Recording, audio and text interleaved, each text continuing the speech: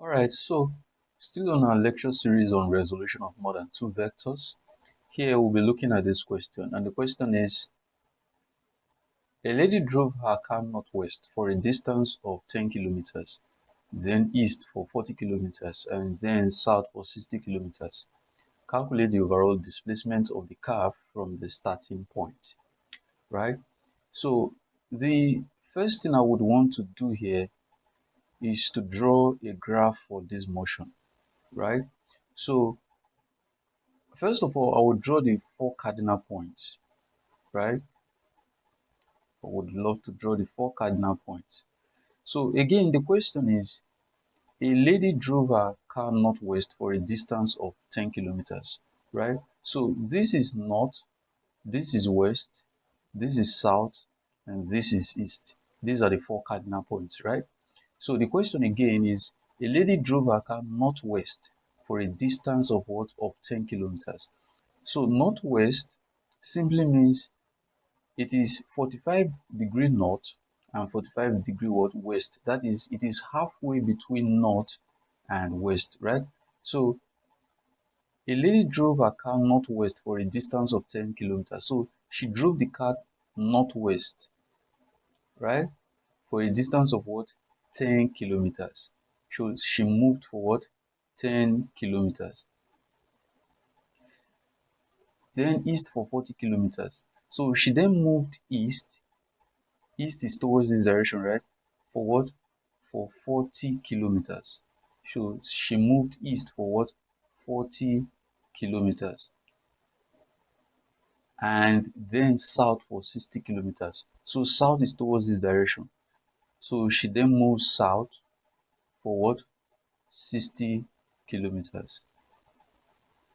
60 kilometers. Calculate the overall displacement of the car from the starting point. So this is the starting point of the car, right? And it traveled in the northwest direction to the east direction and then towards the south, right? So this is where it ended. So the overall displacement is simply the resultant displacement, and it's simply from here to here, from the starting point to the ending point, right? So this is the overall displacement, or the resultant what? Displacement from here to here. And that is what we're asked to calculate in this question. So if you look at this question, we have, or if you look at this diagram rather, we have three vectors. We have 10 kilometers, we have 40 kilometers, we have 60 kilometers. So we have three vectors, more than two vectors. So when we are resolving more than two vectors, we resolve them into their x component and their y component, right? So to resolve this vector, we resolve them into x component and y component. Why are we doing this? Because they are more than what? Two vectors. So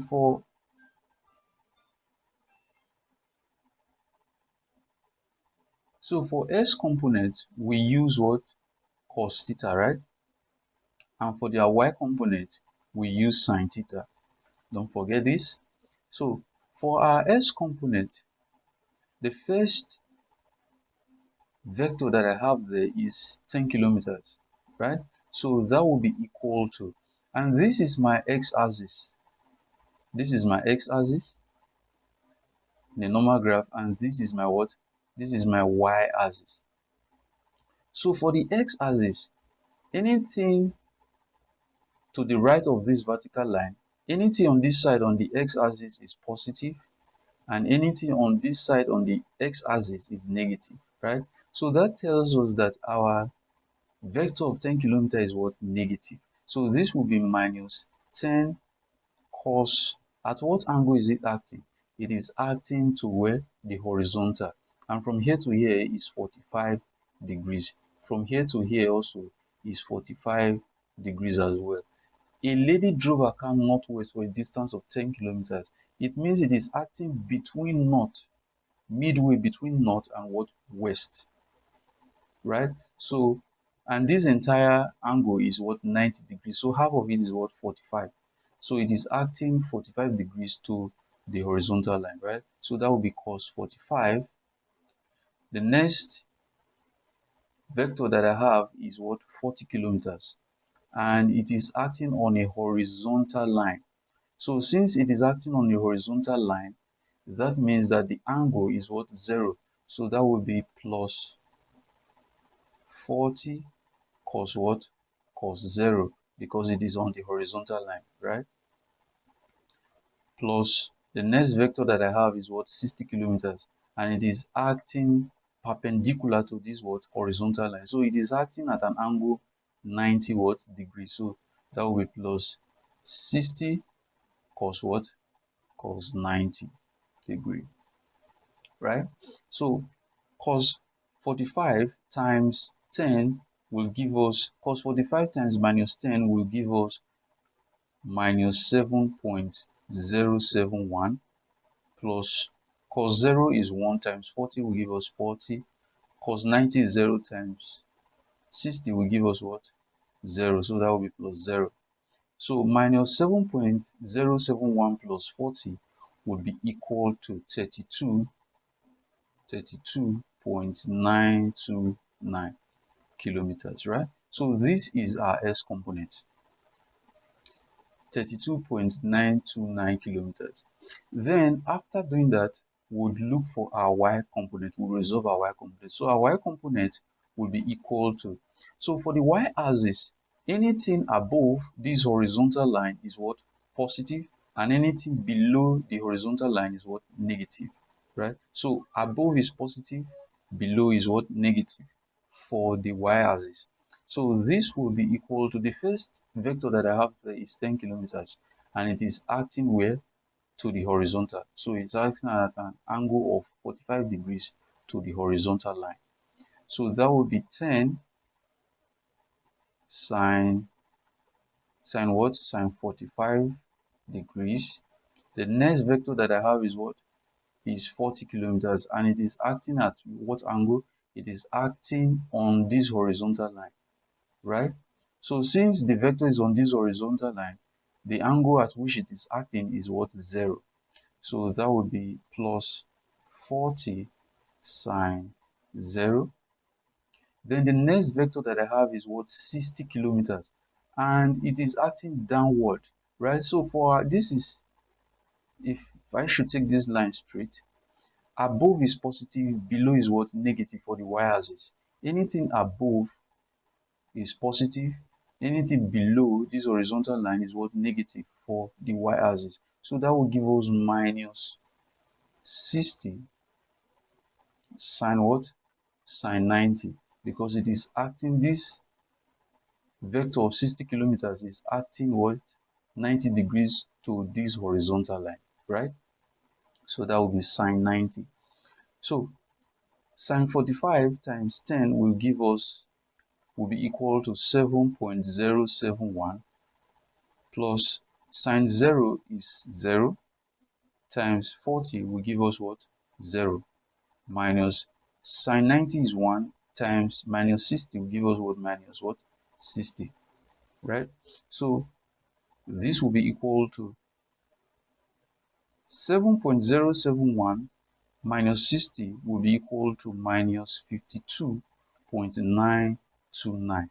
So this is our Y component, kilometers, right? So this is our Y component.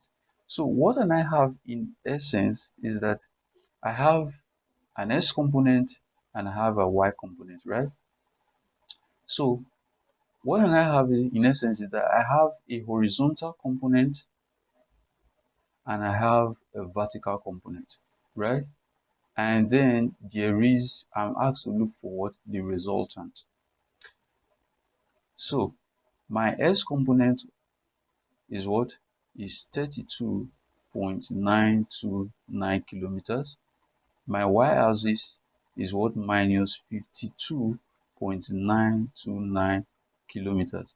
And then I'm asked to look for the overall displacement, which is the resultant, R. So how do I calculate my resultant? So my resultant will be equal to the square root, according to Pythagoras theorem, of x squared plus what? Y squared. So this will be equal to the square root of 32.929 squared, right, plus open bracket minus 52.929 squared, right, squared. So this will be equal to 32.929 raised to the power of 2 will give us 1084.32, right, plus minus times minus 52.929 times minus 52.929 will give us plus, because minus times minus is what, plus, right? So minus 52.929 times minus 52.929 will give us 2801.479, right?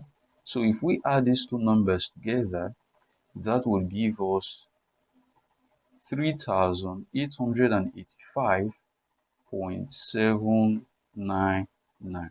So the square root of this number, 3,885.799, will be equal to 62.336, right?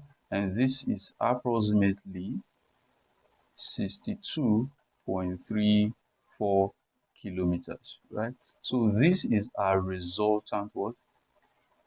This is our resultant displacement, or our overall displacement.